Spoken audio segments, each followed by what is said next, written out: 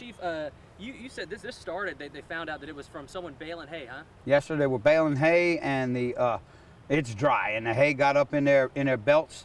And when it got up in the belts, the friction caused the fire. And once it jumped into that hay on the ground, it just kept going. The wind was blowing about 7, 8, 9 miles an hour, and it helped fuel it. How crazy was this a scene for you guys? Huh? Oh, it was pretty crazy when we got here, because we started out on Arnold Road, and it tried to jump across the highway, and we managed to contain it, but there's 5 houses up there. And at one point, I had to pull 2 trucks off of fighting fire and put them on protecting those structures so that they didn't catch on fire, so somebody didn't come home to their house being burnt down. Chief, you got a little... I don't want you to look bad on TV. There you go. Bug flying around me? No, you had a little piece of grass there. Okay. Real quick, what was the issue with evacuations? I know it wasn't mandatory, nothing, but you guys called residents? Or we did. We actually went and knocked on doors and told them to be ready just in case the wind turned. And it got within probably 15 feet, 20 feet of some of the houses. And so it was, it was pretty touch and go for a little bit. And that's when we pulled the guys off of fighting the fire, said, let the field burn. You got to protect these structures.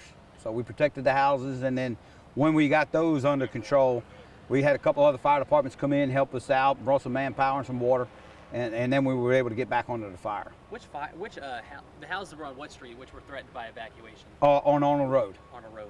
Yeah. So you were telling me, Chief, you went up there, you went up in a chopper, and just to see this from the magnitude, I mean, tell me what it was like when you were seeing it from the magnitude and from the chopper and seeing it on the drone too. Well, it was nice to be able to get up there with the Sheriff's Department to get a bird's eye view to see exactly where it was spreading, how fast it was spreading. And it's pretty intense when you get up there and you see just how massive it is. It's about 70 acres that burned up. And a lot of it got into the woods, and when the pine trees caught on fire, it was just like a torch. It burnt from the ground all the way to the top of the pine trees. And it was just a big flare. Is this a message, Chief, I guess, just with the burn ban and everything, how quickly things can ignite? Yeah, it is. And, we've been fighting a lot of trash fires, a lot of grass fires.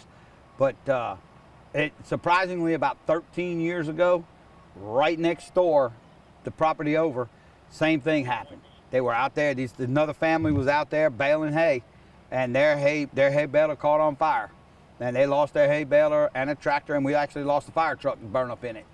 And because the wind just changed direction so much that when we ask you, please don't bale hay, please don't cut hay right now, it's not because we're trying to be, I can't even think of the word I can say on TV, but we're trying to protect you and the houses around it. This could have cost 5 people their houses today.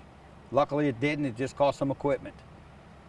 So we consider ourselves grateful for the Sheriff's Department, the Forestry Department with a couple of plows, the Sheriff's Department, the Fire Protection District number 4 showed up to help us out with some of their equipment, their drone, and so it was a team effort by several agencies that helped. What's next too? Overnight, are y'all going to be here still? Oh, we'll be here until we are definitely going to stay here until it's contained. When it's 100% contained and we've got it all knocked down and we've got a good perimeter, the little bit of hot spots in the middle that can't get away, they'll probably smolder for a little while. But we will not leave until this fire is 100% contained and we're secure enough that we know that it's not going to spread outside of containment.